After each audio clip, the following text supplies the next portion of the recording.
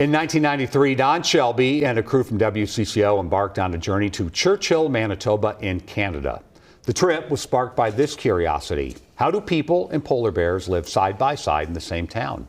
More than 30 years later, we return to Churchill, enamored by the same thing. But the story has shifted. WCCO's Erin Hassanzadeh shows us what is putting the town and its famous bears at risk.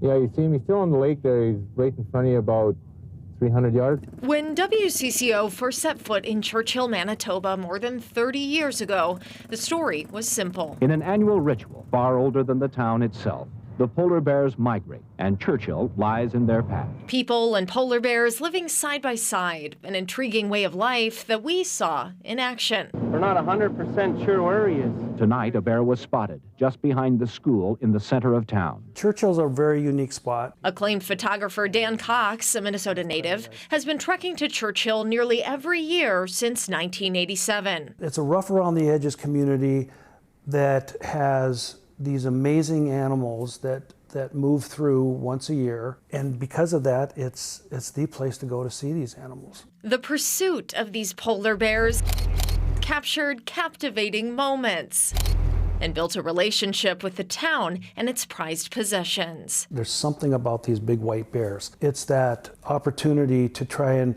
relate and get a little more connected to a true wild experience.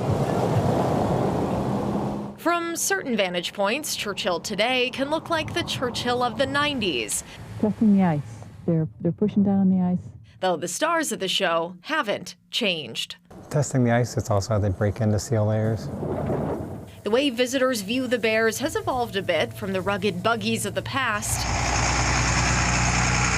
to the fleet of EV Tundra buggies we spotted on our trip. Spotted, he is chased out of town. The way the town patrols and pushes out bears even has a similar feel. The captured bears are brought here, better known as the Polar Bear Jail. But one change is unmistakable. Listen closely. Human population 1,200, roughly the same as the number of polar bears in the nearby subarctic wilderness. Since Don's visit, the polar bear population here has been cut in half, according to estimates shared by Polar Bears International, down from 1,200 to roughly 620. Scientists say it's because of warming that's melting the Arctic sea ice bears depend on for hunting and habitat. There's been these notable changes. Things are much different than they were back in the 80s and 90s. Definitely much warmer temperatures. And it's hard to believe that it's not easy to find winter anymore. Oh, there you go. Despite the changes, the bears and the people of Churchill are still captivating visitors from far corners of the globe. And those who know the town dearly hope that won't fade away. It would be a major loss, and there's just not that many places left in the world that you could replace it with. In fact, I don't know of any. I'm just hopeful that the polar bear will always be around to excite people and encourage people to maybe think a little more about what it is we're all doing to the planet and the animals and the places that we love on this planet. In Churchill, Erin Hassanzadeh, WCCO News.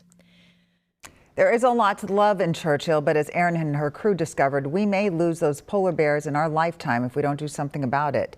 It's an issue that we explore in our WCCO original On the Edge, streaming online right now. You can also join us to watch in person. This Friday, we'll be at the Minneapolis Institute of Art, and then on Earth Day, we will be at Como Zoo. Get your free tickets for these events at WCCO.com/ontheedge.